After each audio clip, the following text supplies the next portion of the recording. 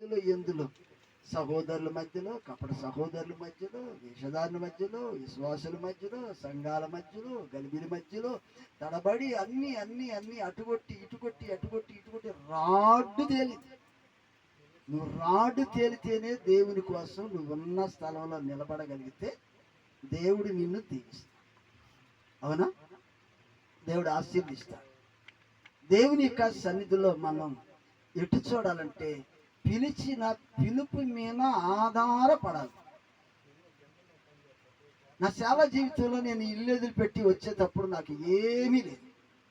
నాకు తెలుసు నా స్తోమత.